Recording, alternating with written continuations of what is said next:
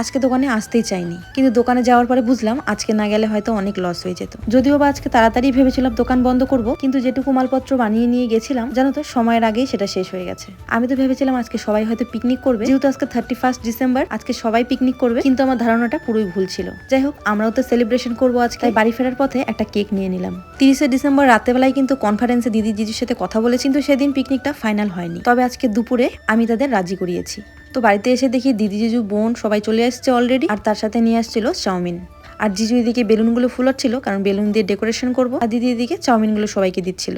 আর তারপরে চাউমিন খেয়ে আমরা আমাদের কাজে লেগে পড়েছিলাম। দিদি দিকে মাংসগুলো ধুয়ে নিচ্ছিল, আর বোন দিকে বারান্দাটা বেলুন দিয়ে সাজাচ্ছিল। সবাই মিলে কাজ করলে কিন্তু দারুণ মজা হয়। এর আগে কখনোই পিকনিক করিনি জানো তো, এটাই ফার্স্ট। আর বর গেছিল সবজি আনতে, তো আমার হাতে দিয়ে দিয়েছে ঝুড়িটা, দিদিকে দিয়ে দিলাম আমি, কারণ ওই সব কিছু রেডি করছিল। ইচ্ছে ছিল অনেক কিছু আইটেম করব, তবে জানি না কতটা কি করতে পারবো। তবে রান্নাটা কিন্তু উনুনেই হবে, কিন্তু সবটা আজকে বারান্দার মধ্যেই করবো। এখান থেকে ফুলের টবগুলো সরিয়ে দিয়েছি।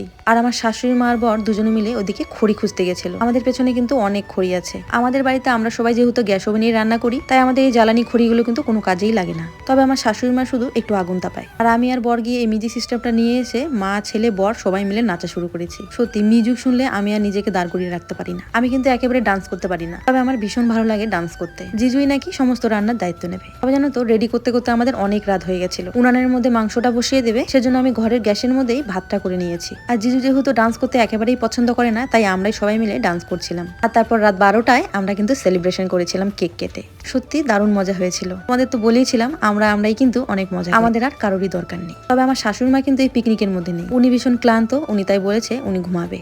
আর তারপর কেক কাটিং করার পর সবাই মিলে কেক খেলাম। আর আমার ছেলে প্লেট নিয়ে হাজির, মাংস হতে না হতেই। ও নাকি কষা মাংস খাবে। ছেলে তো খেয়েছিল ঠিকই কষা মাংস, তবে আমরাও কিন্তু কম না, আমরাও কিন্তু টেস্ট করেছিলাম। জিজু কিন্তু দারুণ সুন্দর রান্না করে, আর এর আগেও কিন্তু পিকনিকে জিজুই রান্না করেছিল। সবচেয়ে ভালো কথা হলো উনানের রান্নাই কিন্তু সবচেয়ে বেস্ট। উনানের রান্না করলে এক অন্য রকমেরই টেস্ট আসে। এই উনানটা কিন্তু আমি আর আমার বর দুজনে মিলে বানিয়েছি। স্নান করার সময় কিন্তু গরম জল দরকার হয়, আর আমাদের পেছনে যেহেতু অনেক জ্বালানি কাঠ পড়েছিল, তাই কিন্তু বানিয়েছিলাম এই উনুনটা। দেরি হয়ে গেছিল বলে কিন্তু শুধুমাত্র মাংসই রান্না করেছিলাম, আর তারপরে সবাই মিলে খেতে বসে পড়েছিলাম।